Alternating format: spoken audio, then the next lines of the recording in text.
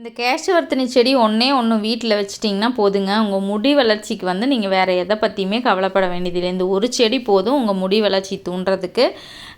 முழுசாக நீங்கள் வேறு எதை பற்றியுமே யோசிக்காமல் இதை ஒன்றை மட்டுமே பயன்படுத்தினீங்கன்னா உங்கள் முடி வளர்ச்சி பயங்கரமாக இருக்குங்க.